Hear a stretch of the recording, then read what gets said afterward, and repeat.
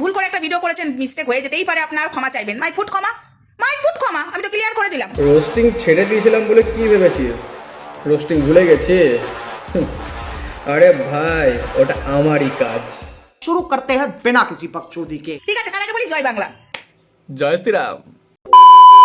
আমি আবারও জোর গলায় বলছি, হ্যান্টা কালী বলে কোনো ঠাকুর নেই আমাদের সনাতন ধর্মে। এবার বলবে তোকে প্রমাণ দেওয়ার পরেও তুই এই কথাটা বলছিস।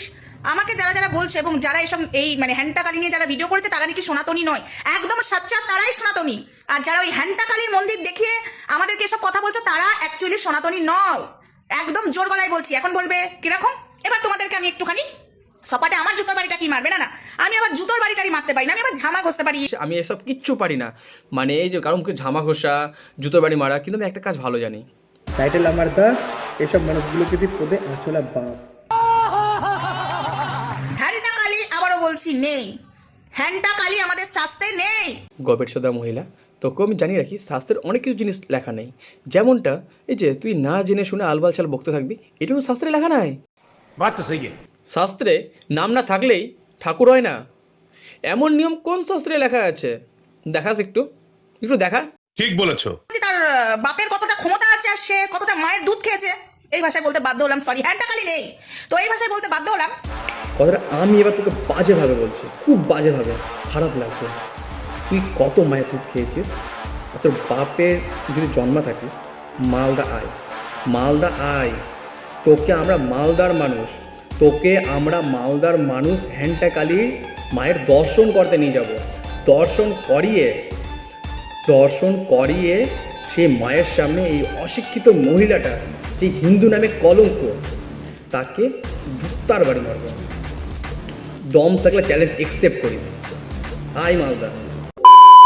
আর আমি ব্রাহ্মণ বাড়ির মেয়ে, ব্রাহ্মণ বাড়ির বউ, তাই হিম্মত আমার আছে। আর একটা কথা মাথায় রেখো, আমরা হলাম বাংলার মেয়ে, হিম্মত থাকবে না কেন? জুজু হয়ে কি ঢুকে বসে আছি নাকি? বাংলার মেয়ে কথাটা বলিস না। বাংলার মেয়ে হয়ে একটা আমাদের নারী, যে কালী মা, সে হ্যান্টা কালী নামে আমরা পূজিত করি, তুই তাকে অপমান করছিস। সেও একটা মেয়ে, সেও এক নারী, এটা মনে রাখ। আর কি বললি তো, ব্রাহ্মণ ঘরের মেয়ে, দম অনেক, আয় মালদা আয়।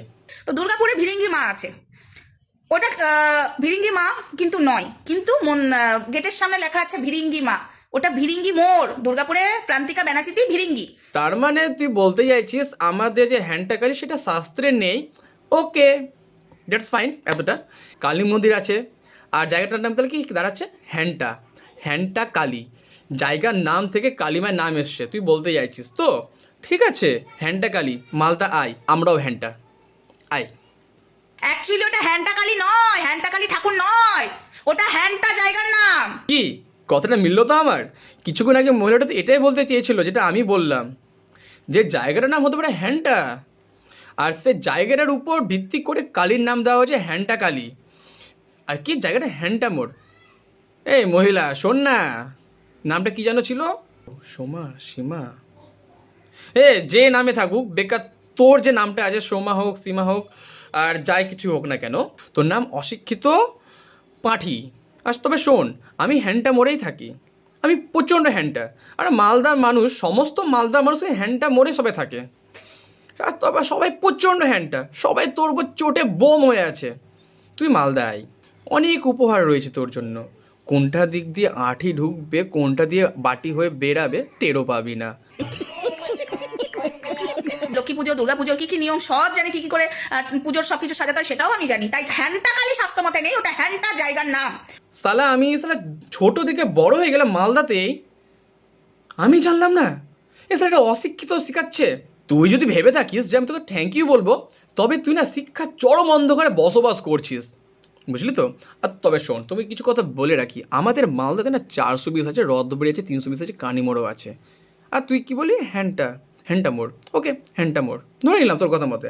তবে শোন, আমরা হ্যান্টা মোড়ের ছেলেমেয়েরা তোকে 420-এর স্টাইলে এমন করে মারবো যে তুই রথের মতো গোড়কাতে 320-এ গিয়ে পড়বি, তাও কানা হয়ে। কথাটা এই জন্যই বললাম, হ্যান্টা মোড় আছে আমাদের বললি, 420ও আছে, আমি বললাম 420 মোড়, 320 মোড় বললাম, রথবাড়ি আছে, কানি মোড়ও আছে। बात तो सही है। তাই ক্ষমা কেন চাইবো? সব কিছুর যদি ক্ষমাতেই প্রায়শ্চিত্ত করা হয়ে যেত তবে তো হয়ে যেত। যে চ্যালেঞ্জটা করেছি একসেপ্ট করিস, ঠিক আছে?